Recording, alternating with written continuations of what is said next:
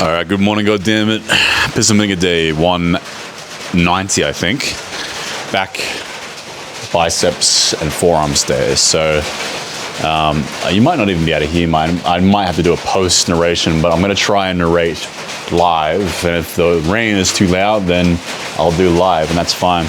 But today I want to talk about falling off the horse and getting back on that fucking horse. It's going to sound like any Tony Robbins speech you've ever heard in your life. But I promise it's not cookie cutter fucking nonsense. It's something that I really think about a lot, is falling off the horse and your ability to get back on it. It's something that people don't think about enough. I think it's like people will talk about it on the shallow end, or like they talk about it shallowy, but you have to understand it's actually probably one of the most important skills to have, because you are going to fall off the horse a lot, and it's your ability to get back up quickly that will make it or break your progress. So I'm going to be talking about that today. And I fell off the horse hard in the last 3 or 4 days. I'm going to be super brutally honest about the entire experience, but I got back on it and I'm back into it now. All right, anyway, let's do some warm-ups.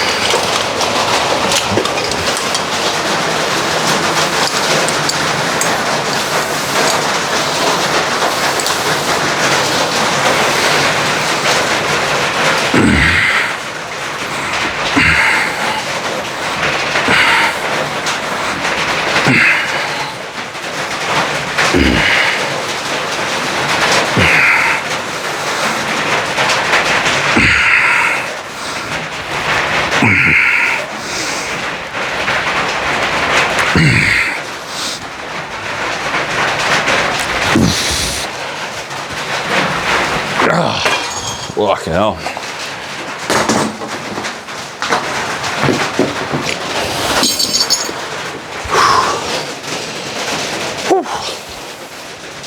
Yeah, so I fell off the horse pretty hard a few days ago. I didn't train for like 2 or 3 days. That's really rare for me. Even when I feel like shit, I'll still get through to doing some training. I didn't even want to train, and even in a high intensity context where you're like only doing like 15, 20 minutes, I still didn't even want to do that. I ate like fucking shit. I was eating pizzas and fucking junk food and didn't clean my house, and oh man, I just sucked. I was just a shitty person for a few days, I wasn't a good PT necessarily as good as I'd normally be. I even fucking masturbated for the first time in a long time. So yeah, some days you just have those 4 days. And I fall off the horse to small degrees all the time, but that was a big fall off the horse. And people, do that a lot more than I do. I'm pretty consistent. I don't like majorly fall off the horse. Very seldom do I do, but when I do, it happens. And I used to fall off the horse a hell of a lot more. When I was younger, I'd fall off the horse every fucking week. I wouldn't train for a few days. I'd eat like shit. I'd go fucking weeks where I would just eat pizza and just be a fucking loser. Whereas nowadays, not so much. This was a very short, rare experience in the last, say, 2 years. But it was interesting because I was thinking about it. I'm like, yeah, it doesn't really bum me out though. like whilst I was in it, I was like, yeah, this is not going to last very long. It's going to be like 2 or 3 days, and then I'm going to get back on the horse. Because when you fall off the horse enough times, every single time you get back on it, you get better at getting on it quicker. That's a lot of rain. I'm not sure you're even going to hear what I'm saying, but you get better at getting on it quicker. And let's say you have a destination figuratively or, you know, analogy-wise, you start at wherever. You start at a certain area, and then you have to travel 1,000 kilometers on horseback. And at the start, you know, you fall off that fucking horse like every kilometer because you're like uncoordinated as fuck. And you're falling off it, and you break your arm and shit every single time you fall off it. And it takes you a few weeks to get back on that horse. But then eventually, hopefully, and this is the big point, is eventually you get back on that horse. And then over time, you get better at getting back on that horse. Maybe you get to 10 kilometers and you fall off and you kind of fracture your arm or whatever, and then you get back on the horse within a few weeks, not 7 weeks, but, you know, a week, right? And then get to 50 kilometers, and you know, you might go from 10 kilometers to 50 kilometers without any fucking problem, not falling off that fucking figurative horse. So analogies for fucking place, but maybe at 50 kilometers you fall off and you really fuck yourself up again, and it takes a while to get back. But actually, no, fuck this analogy. The point being, I'm talking to you guys like you're a fucking child. Point being is you have to understand that you're gonna fall off the horse, and you just have to get back on it way fucking quicker than you expect. Don't beat yourself up. When I was in the midst of this shit, I could have been like, oh, you fucking loser. You had such a good 2 years or whatever it was without falling off a horse. And then all that would do is make me not want to get back on the horse, because I'd be like, oh, I'm only going to fall off it again anyway. Oh, it's you know, it's all useless. I fucked up. No, you just go, all right, whoops, I fucked up. I fell off the horse. Let's try and get back onto it as quick as we can. Tomorrow even. You know, for me it was 3 days, and now I'm back on it, and I know that I'm not going to fall off it for a good while. And I know every time that I fall off it from now on, it's going to be even quicker. Like 3 days is fucking nothing. I wasted 3 days of my life, so be it. I've got hopefully plenty more to come. So stop hating yourself so much when you fall off the horse, because you're going to fucking fall off it. Like, it's very seldom do you have an individual who never falls off it. And some people fall off it way harder, and the problem is the people that fall off it who beat the shit out of themselves when they do. You're already down. What's the point of getting shitty about it? Just know that there's another chance to get back on it, unless you break your neck or something, you know what I mean? So when you fall off the horse, just get back up on that bitch. It's not that fucking hard. It's not that big a deal. There's plenty of days to come. And this could be like if you're like a serious heroin addict or something. Every time you quit, you're probably going to relapse eventually. But it's the person that just keeps trying to quit over and over again until one day they just genuinely quit forever. Same with smoking or any serious addiction. In this case, I'm not really addicted to anything. I just kind of fell off the horse and didn't do things I was supposed to do. And like a previous addiction, you know, snuck its way through in masturbation. But again, I'm not like, oh no, now I'm going to become some sort of gooner or something. Like, no, it's fine. It's all good. You'll be right. Get back on that horse. Everyone falls off it.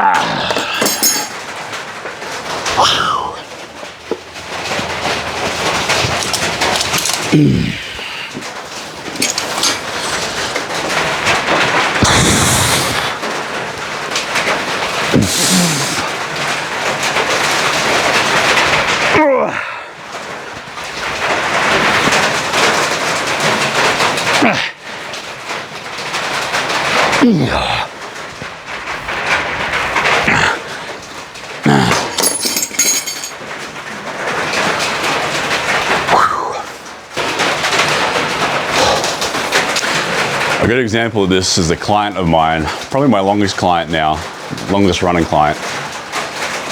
This motherfucker is so good at falling off horses. Like, he's just always falling off a fucking horse. Always fucking something up. But he's also pretty good at just then get back on the horse. You know, fuck, that's a lot of rain.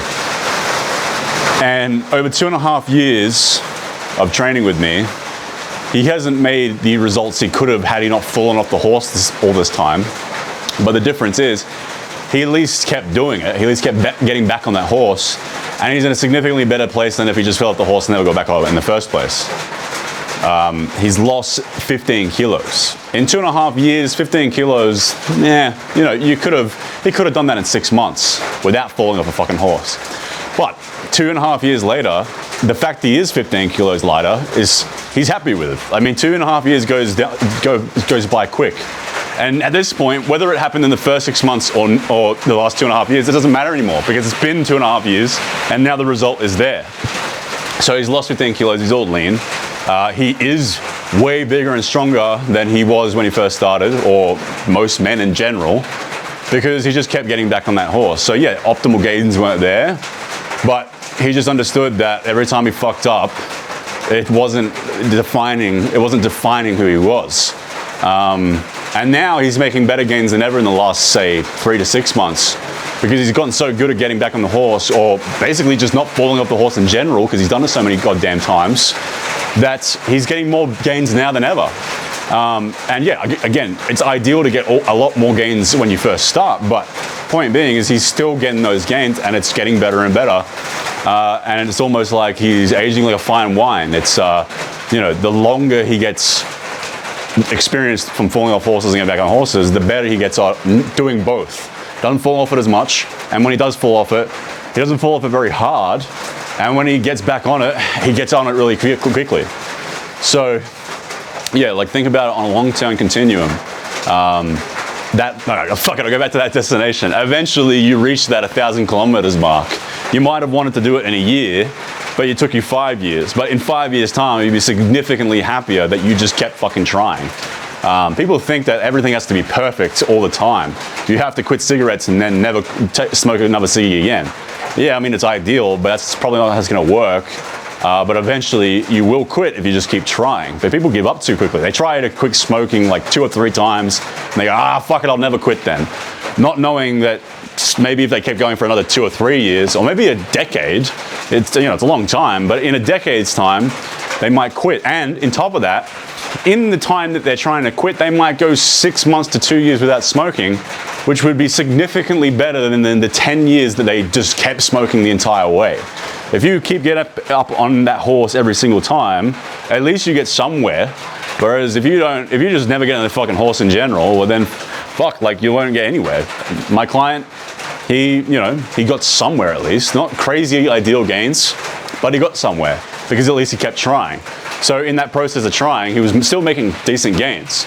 Or the person that quits, they still make decent health gains from the fact that they might have spent 6 months not smoking, which could be profound for their lungs or profound for their hormones. And whatever context it is, although not ideal to fall off the horse, at least you get somewhere and eventually you might go really where you want it to be.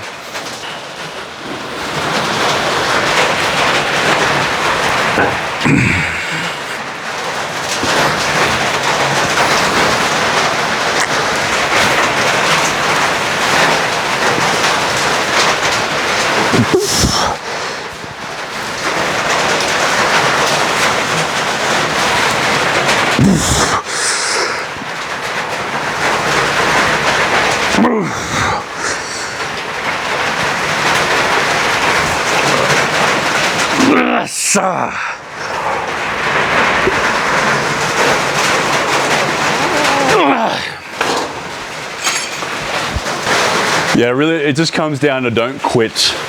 There have been clients that I've trained, personal trained, where very quickly I see a soft quitter's mentality, an erraticism that cannot adhere to difficult tasks. And it's those that don't get back on the horse. They fall off it, and they go, fuck it, there's no point getting back on, I'll never do it. Or they fall off the horse and it takes them years to get back onto it. It takes them years to get over the trauma of failure so before they can then be like, oh, okay, it's time to try again.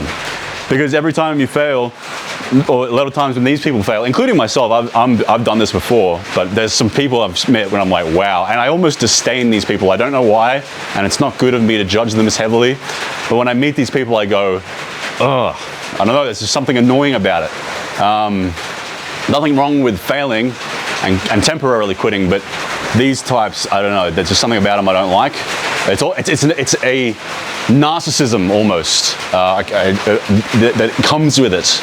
There's just a certain character of person that I've met that is like this, and it's a narcissism. It's a poor me mentality, and it pisses me off. But that's not so much my point.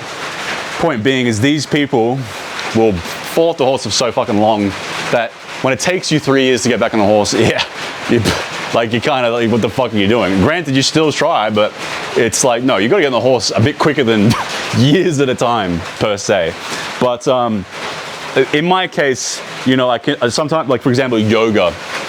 Yeah, it's been a fucking love-hate relationship, well, just a hate relationship for the last 10 years.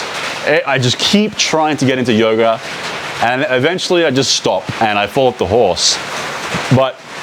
And every time I want to get back on it, I think, man, what's the fucking point? Like, I've fucked it up so many times this far. I can't tell you how many times I've had to get back on the horse of yoga. That it's like, what's the fucking point? I'm never gonna actually succeed in this. But it's like, no, that's not true. Like, there have been other things in my life where I've had the same relationship where I'm like, oh, I've fucked it up so many times. How am I ever gonna get this down? Like, even exercise, for example. It wasn't until I found the smart way of doing it in high intensity training that I could adhere to that I start actually to stay on the horse. I just don't fall off the horse of high intensity nowadays. I just don't. The last 3 days was like the biggest fucking fuck off I've had in the 2 years I've been doing high intensity. So part of it is being smart and learning what makes it easier not to fall off the horse, hence adherence. Hence why I always say, even if high intensity was inferior to volume, what you can adhere to 100% of the time with 90% efficiency or effectiveness is significantly superior to the thing you can only adhere to 10% of the time that's 100% efficient. Because you're just falling off the fucking horse all the time with certain training modalities. And thus, even if it is more effective, it's not as much as adherable, and thus you're always falling off this fucking horse. So yeah, part of the horse is making it much easier not to fall off the horse. Make sure your saddles are good. Make sure that you're riding a destination that you actually like, or you know, riding a track that you could like. It's not a rocky track where your horse fucking falls off the cliff with you. And so, but some things you just won't find a way of doing it that's enjoyable. There's just no way I can do stretching or yoga that it's enjoyable for me. I just fucking hate it. But that isn't to say that if I don't just keep trying, that one day I might actually never fall off the horse again. I just get into the routine. No one likes brushing their teeth. But most of us, I don't know about you freaks, but most of us will brush our teeth every single day, twice a day, because it's just so habitual. But if you were a 35-year-old that's never brushed your teeth before, good luck getting into the habit of brushing your teeth. It's fucking boring, it's annoying, and it's uncomfortable. Same thing goes for yoga, but you just keep trying until maybe one day you are the guy, or I am the guy, that does yoga every single day in spite of absolutely hating it, because I tried getting on and off the horse so many times, eventually it sticks. And in that 10-year period where I have done some yoga, 3 to 6 months at a time, that's been significantly more beneficial than that entire time I just never tried at all, because I would be less mobile. I'd have more injuries. Granted, it would have been better, like the Nathan with the weight loss, it would have been better had I stuck to that yoga that whole time, but I didn't. But at least I did some of it. I reaped some benefits from that said thing. So, yeah, I don't know. Bicep curls.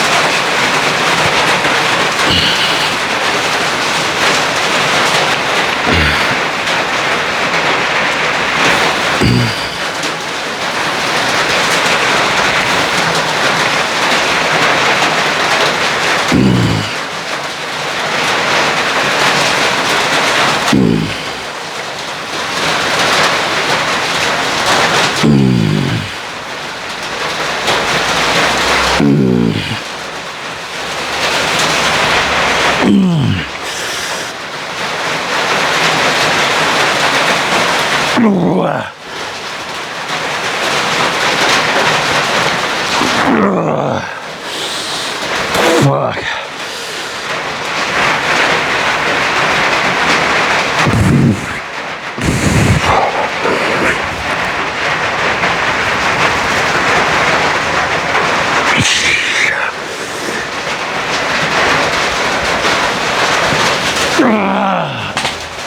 I think you missed something, I'm not sure. You might have missed me doing brachyradialis curls or doing hammer curls or the reverse curls or whatever, but anyway, that's what I did in between the decline curl. Now I'm doing forearms. So I'm doing my right side first, the somewhat exciting side, and then after I'm done with my right side, you know, back, bicep, back, forearm, then I'll go to my left side and do some of my more crippled looking shit, of which you can stick around if you want, or you don't have to, but it's like how to train. I'm just training with my, you know, torn bicep, but I won't be doing any bicep curls, obviously. Just like try to do my back as much as I can, try to train my forearm a little bit. But anyway, yeah, I'm doing some forearms now.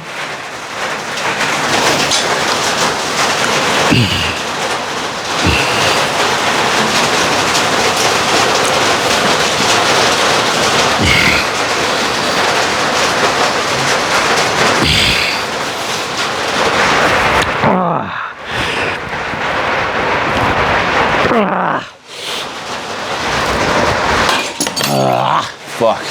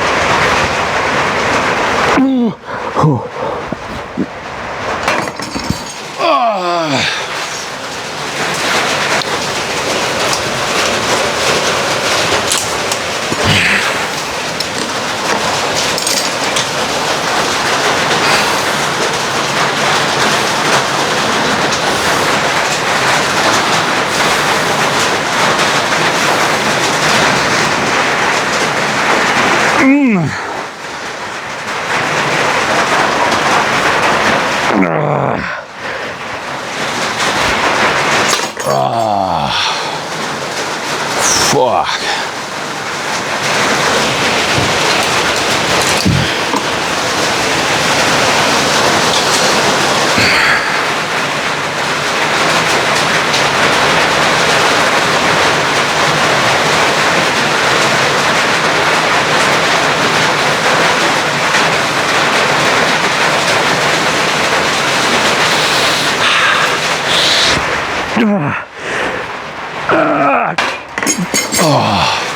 Yeah, for me, the two biggest horses, or I don't know, two biggest obstacles that would make me fall off the fucking horse was, you know, masturbation, as it is for many guys, no longer a thing.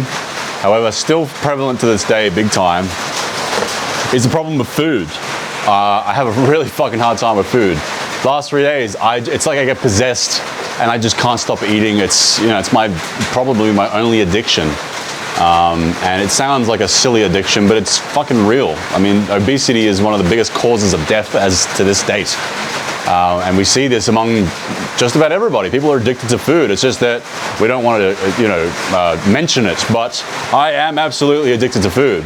The only thing that stops me being a morbidly obese person is vanity and the fact that I want to live longer and, be around for my children. And, well, there's a lot of reasons why I don't become obese, but thankfully I have a lot of reasons. Otherwise, I would be obese. I would not I wouldn't be eating clean. I wouldn't be working out if I didn't have these reasons. But for me, I absolutely struggle with food. And to this day, I don't have the physique I want because of this. I have a hard time doing successful bulks and cuts. Until recently, I hadn't successfully bulked or cut at all. And even my last bulk was a bit unsuccessful. It was successful in the sense that I gained a lot of muscle and strength, but it could have been significantly more optimal had I had not bulked so fast due to my, ability to just eat so much fucking food. And to this day, I'd be significantly bigger had I bulked and cut more times successfully. But in saying that, in this last 10 years of being into, fitness and eating well and all that, it's significantly better that I have been fighting against that, falling off the horse, albeit all the fucking time, than had I not done it at all. I would look like shit right now if I didn't at least struggle against this thing. And now I'm getting better and better at it. By the time I'm 30, I might have a perfect diet. I might not have the food struggle that I have today, or that I had significantly worse just a few years ago.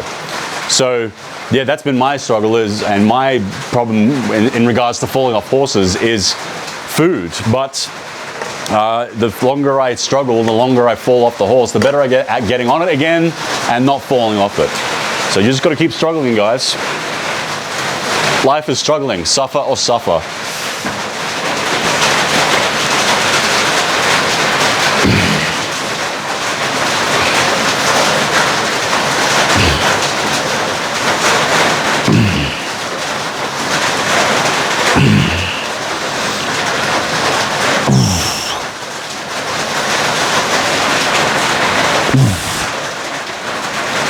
Oh, shit, it's too heavy.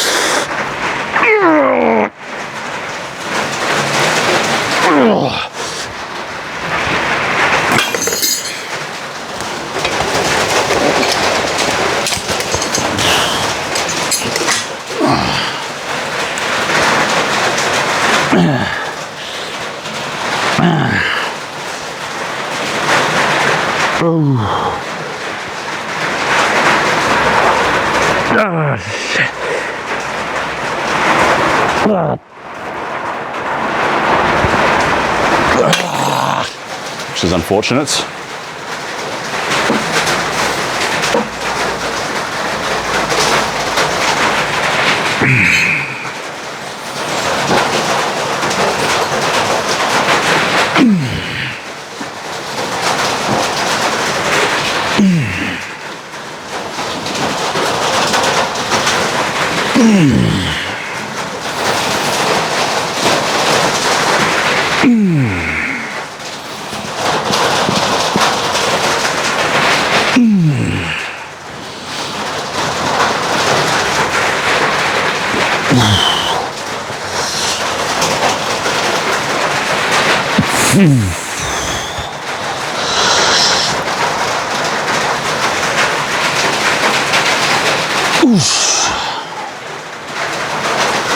No bicep contraction. Even this piss weak lightweight feels so fucking heavy. Fuck.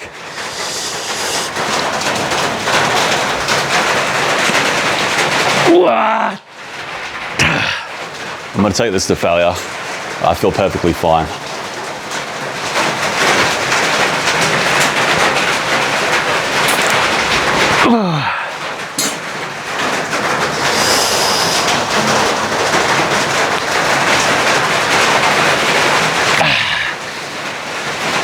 Whoosh.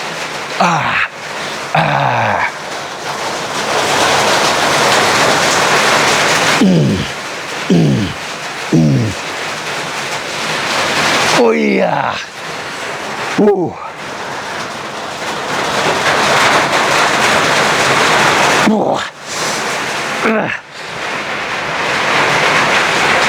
Oh, shit.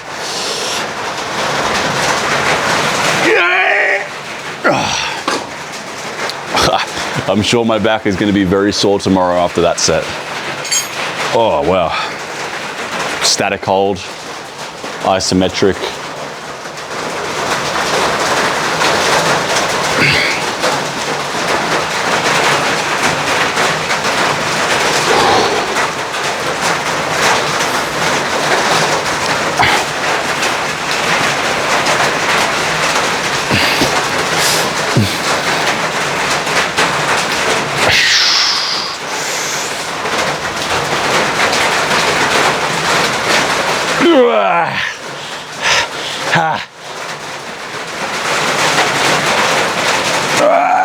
Shit. Isometrics are no joke, especially if you got band resistance. So it's kind of like a little bit shaky. Like you have to stabilize. Oh,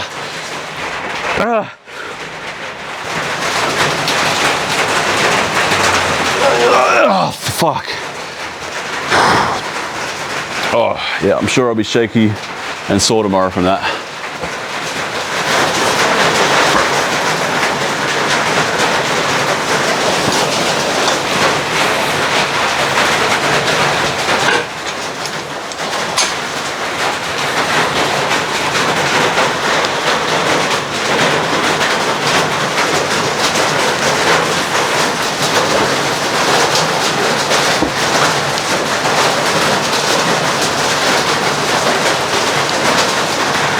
Alright, this one seems the safest in regards to not accidentally putting too much strain on my bicep.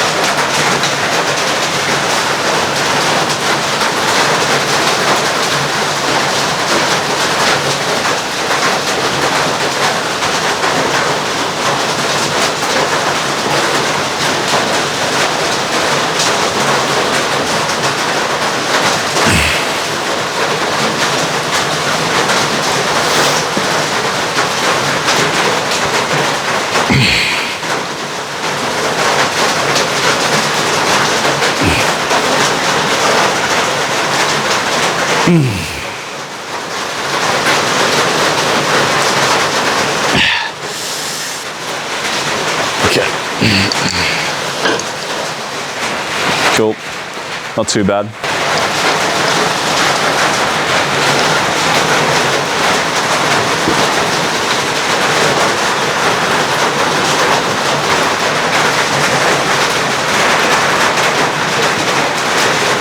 My wrist bones are a bit ouchy, very unstable, obviously because of the surgery. They drill for your radius bone for the bicep reattachment, so the radius is all kind of fucked up. But all the supination muscles and pronation muscles are really out of whack, which is then in turn pulling my ulnar and radius out of placement, and it affects your wrist too. But like, you know, I can still, I'm almost at my supination point now. Pronation is still kind of stuck though. I don't know what the fuck's going on there, but at least I can supinate.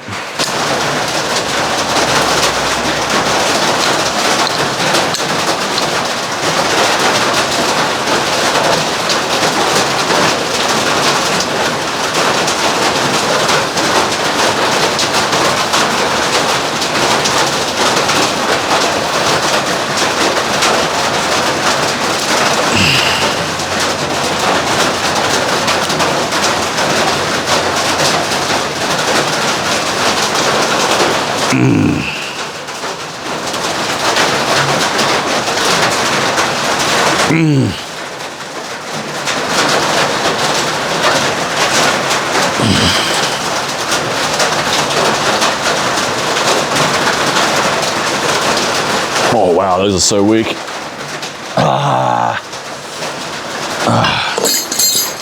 All right, well, that's it. Peace out, bye.